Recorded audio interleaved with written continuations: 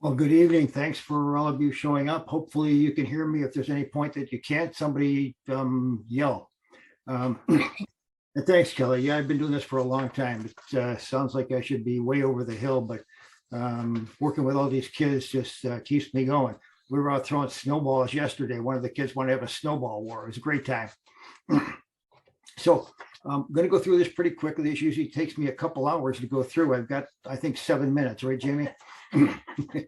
um, so anyhow, so go to the third slide, please, Kelly. Good, thanks. So nice picture, huh? So when you hear the term vision, most people think of seeing clearly. Do I have 20/20 acuity? Yes. And most people say that's great vision, or I have perfect vision because I can see clearly. To me, vision is way more than that. Kelly hit it there. It's first of all, it's the intake of all the information that comes into your eyes. And then we go to the comprehension part. It's comprehending and understanding what that information is and what it means. And then the final thing is the output, the result that you get from the reading or from the looking or whatever you're taking in through that visual system. So it's all that put together, and there's a lot of visual skills involved with this to get this done efficiently and effectively. Could you speak up a little? Speak up. Speak up. Okay. Yeah, so the reason that there are problems with vision stems from the fact that for eons, we were hunters and gatherers, hunting things and running away from things that were trying to hunt us. And then we became farmers and always looking off at distance. And our visual system is really set up well for looking off at distance. When we look at distance, the muscles of the eyes are very relaxed and in balance. And then about 100 years ago or so, the compulsory education began. And all of a sudden, now we're thrown into this situation where we're doing all this work at near and reading. And now we see kids not only reading, but they're on screens all day long. I've got a boy coming in tomorrow. I just looked at his history today. He spends 6 hours on the computer at school, and then he's allowed to do another 2 to 3 hours on the screens at night. That's killing these visual systems. And the difference between where our visual system is comfortable looking at distance and doing most of our work now, which is within about 16, 18 inches, creates a mismatch. And this mismatch results in this thing we call visual stress. And it's a real stressor. It's the same type of stress that causes physiological problems, heart attacks, that sort of thing. And this visual stress causes 3 responses, at least. Now, there's probably more, but we talk about 3 responses. One is actually physical changes of the eyes. I don't know how many of you are nearsighted or myopic, but one of the reasons that we become myopic is, again, we start doing a lot of near work very early in life before the visual system is fully developed, creates this stress on the eyes, and the visual system tries to make some changes to give up the stress at near, and it'll actually start giving up your far vision in order to be more comfortable up close. Of course, then you go into one of us brilliant eye doctors and we say, oh, you can't see far away. We'll give you glasses for that. We put you back in the same situation you're in before, and your system knows that all it has to do is become a little more nearsighted and you're more comfortable. At this point, about 24% of the US population is in this category of myopia.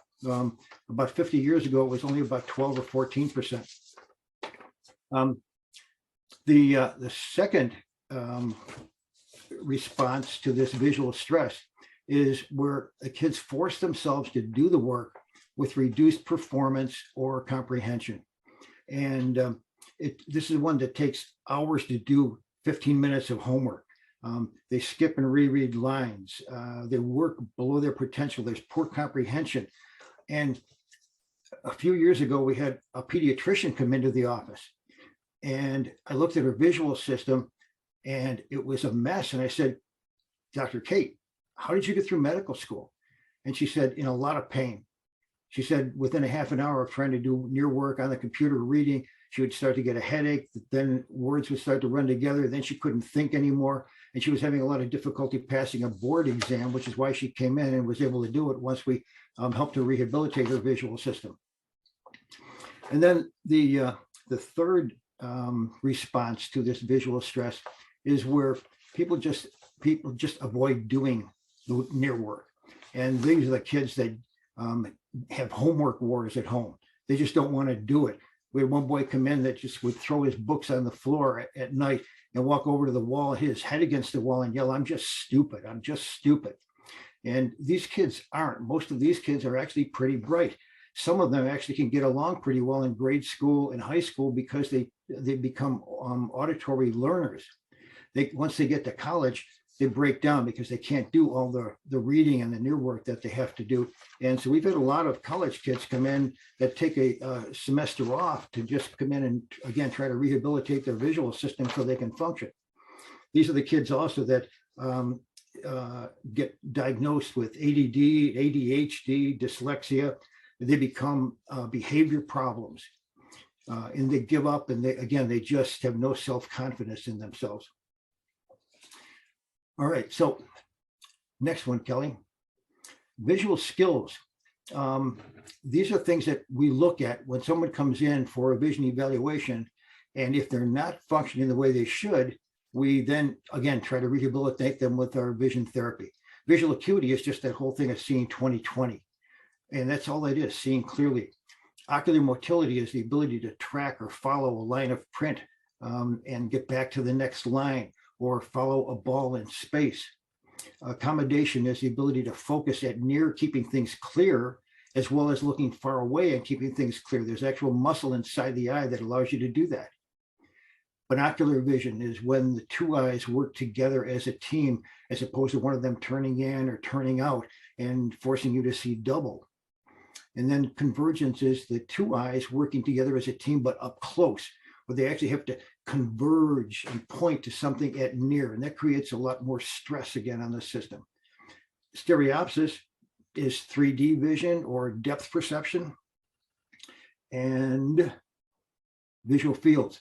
So visual fields, you probably know what that is. It's when you're looking straight ahead, you've got all this peripheral information coming into your eyes, and most of us can deal with that all at once. But sometimes through some of these visual stresses and neurological problems, the brain cannot use all that information. It becomes overwhelmed and disoriented, and it actually begins to shut down the amount of information that it will intake and process at one time.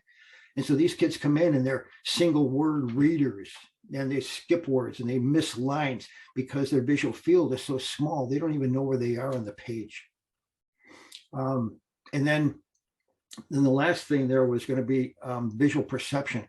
And that's just a huge thing. And a lot of kids come in because they have visual perception problems, but the majority of them have difficulty intaking that information, and therefore the perceptual ability is compromised. And then the next slide here is just it's a great quote that I love. When visual skills are automatic, as opposed to having to work so hard to get that information in, it frees up the frontal lobe of the brain for comprehension, thinking, planning, and control.